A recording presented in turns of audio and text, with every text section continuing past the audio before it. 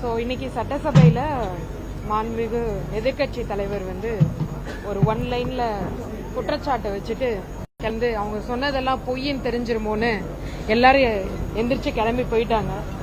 நம்மளுடைய ப்ரூஃபை காமிக்கிறதுக்குள்ள அவங்க எந்திரிச்சு போயிட்டாங்க. நம்மளால பேச முடியல. இன்னைக்கு நான் சொல்றேன், பக்கத்தில் இருக்க ஸ்டேட்டுக்கு போயிடுச்சு அப்படின்னு நிறைய விஷயங்கள் சொல்லிட்டு இருக்காங்க. அதுக்கான கம்பெனியோட லிஸ்டையும் அதுக்கு முன்னாடி அவங்க மேல ஒரு நான் குற்றச்சாட்டு வைக்கிறேன். கடைசி 5 வருஷத்துல அவங்க பக்கத்து ஸ்டேட்டுக்கு விட்டு கொடுத்த ப்ராஜெக்ட் எத்தனை தெரியுமா? 25 இன்வெஸ்ட்மெண்ட். அந்த 25 இன்வெஸ்ட்மெண்டோட வேல்யூ என்ன தெரியுமா? 3.3 லட்சம் கோடி. 3.3 லட்சம் கோடி. அதனால எத்தனை ஜாப் நம்ம தமிழ்நாட்டு இளைஞர்கள் இழந்திருக்காங்க தெரியுமா?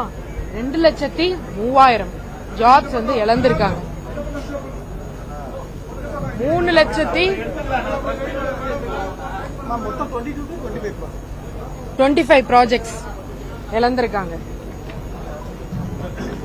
இது 7 ஸ்டேட் இதனால பெனிஃபிட் ஆயிருக்கு. குஜராத் அங்க டாடா எலக்ட்ரானிக் செமிகண்டக்டர் ஃபேப் போயிருக்கு 2024. JSW குரூப் ஒடிசாக்கு போயிருக்கு. EV battery and smelting 22